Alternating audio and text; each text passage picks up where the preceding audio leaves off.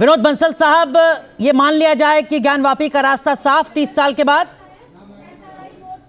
देखिए कि 30 साल के बाद क्या मैं कहूँगा कि सदियों के इंतजार के बाद में और 30 साल तक तो हम खैर वहाँ पर पूजा अर्चना करते ही थे, लेकिन जिस तरह से हमें अनधिकृत रूप से और जबरन हमारे पूजा के अधिकार को छीन लिया गया और हमें वहाँ जाने की अनुमति तक नहीं दी गई, ये बेहद दुर्भाग्यपूर्ण था।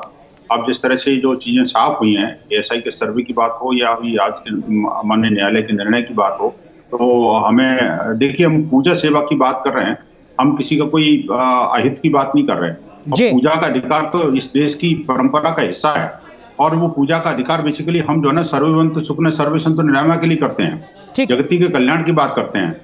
तो ऐसी कंडीशन में डॉक्टर शोएब जमाई, आपको लगता है कि मुस्लिम पक्ष को पीछे हट जाना चाहिए? बहुत कानूनी लड़ाई हो चुकी सर इस देश में, कम से कम अयोध्या की नजीर के बाद, आज के इस फैसले के बाद थोड़ा सबक लेना चाहिए। डॉक्टर शोएब जमाई?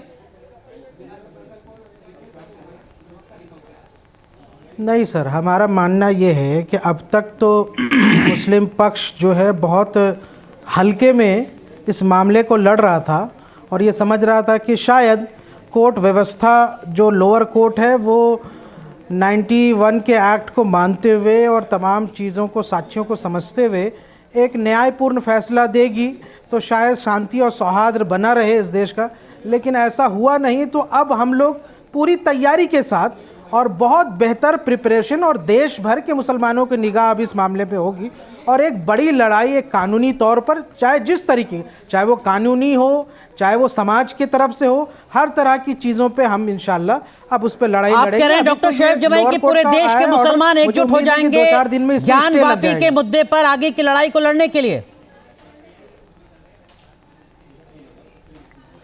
हाँ सर, हमारा मामला बिल्कुल स्पष्ट है कि हमने एक मस्जिद खोई है, दूसरी मस्जिद नहीं खोने देंगे, चाहे उसके लिए हमें किसी भी लेंथ पे जाना पड़े। विनोद बंसल साहब, ये धमकी है या लोकतांत्रिक मुल्क की खूबसूरती? देखिए, ये इनका डीएनए बता रहा है कि किस तरह से इन्होंने वो जो अपना दक्षिण दिल्ली को घेर के रखा था, किस तरह से मुगलिया सल्तनत ने भारत को लूटा, भारतीय संस्कृति और इसकी पुरातन धरोहरों को समाप्त किया और हमारे मंदिरों को तोड़ा गया।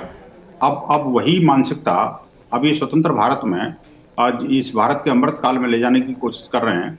ये अपनी धृष्टता को से बाज आए, जो कुछ करना है कानूनी तरीके से। आज देश स्वतंत्र है, देश में लोकतंत्र का राज्य है, देश में संविधान है, संविधान सम्मत बनाए हुए कोर्ट के ऊपर जिस तरह से उंगली उठा रहे हैं, ये इनको शर्म आनी चाहिए। बार बार दुहाई देते हैं संविधान की और कानून की और उन्हीं का मजाक उड़ाते हैं।